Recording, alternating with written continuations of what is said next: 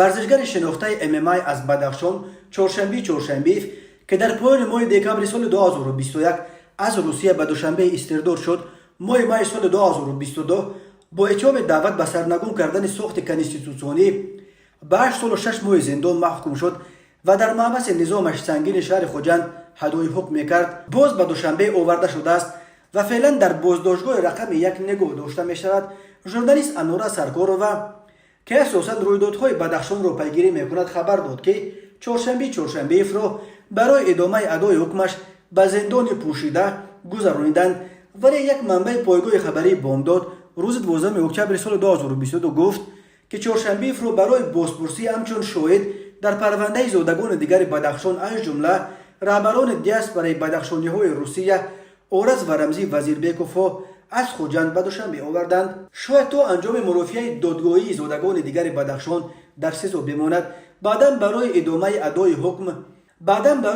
ادای حکم باز به محبس نظامش سنگین برگردانیده می شود، گفت امصوبت بامداد که به دلیل حساسیت موضوع از بردن نامش خودداری میکنیم. انورا سرکارova خبر داده است که چهارشنبه در محبس خوجند از جانب ماموران آن زندان مورد بدرفتاری قرار گرفته و او را پیوسته تحریک میدادند تا که یگان واکنش کند و این را دسته کرده جزایش را سخت‌تر کنند. بنا به اطلاع سرکارova ورزشگر به این تحریک‌ها داده نشده است.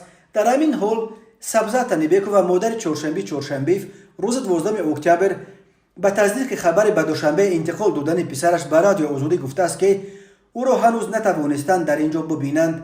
در کارسل یا اجرای جریمه‌ای زندان امکان واخوری و بردن خوراک ممکن نیست، گفته است مادر ورزشگر بدخشانی. او شرح نداده است که چرا چهارشنبه را در کارسل جای کردند. سبزه تنیبکووا نقل کرده است که 2 هفته پیش به زندان شهر خوجند رفته او را دیده بودم. پسرم شکنجه میکنند، اذیت میکنند. گفت نه، اما بسیار لاغر شده است. چهارشنبه 27 سال داشته، زاده ولایت مختار کوهستان بدخشان و یکی از ستاره‌های ورزش پاپ MMA. یک نوع جنگ‌های بدون قاعده است.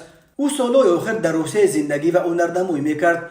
روز 3 دکامبر سال 2021 همگی چند روز بعد اظهار نظرش درباره اعتراض‌های بدخشان چهارشنبه را در مسکو دستگیر کردند و به تاجیکستان انتقال دادند.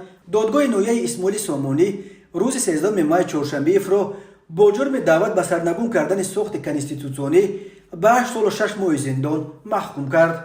چهارشنبه از این حکم ناراضگی کرده به دادگاه دوشنبه شکایت آورد، ولی دادگاه دوشنبه روز 29 ایون سال 2022 شکایت ورزشگر شناخته زاده بدخشان چهارشنبه و وکیلان او را رد کرده حکم او را به تغییر باقی گذاشت.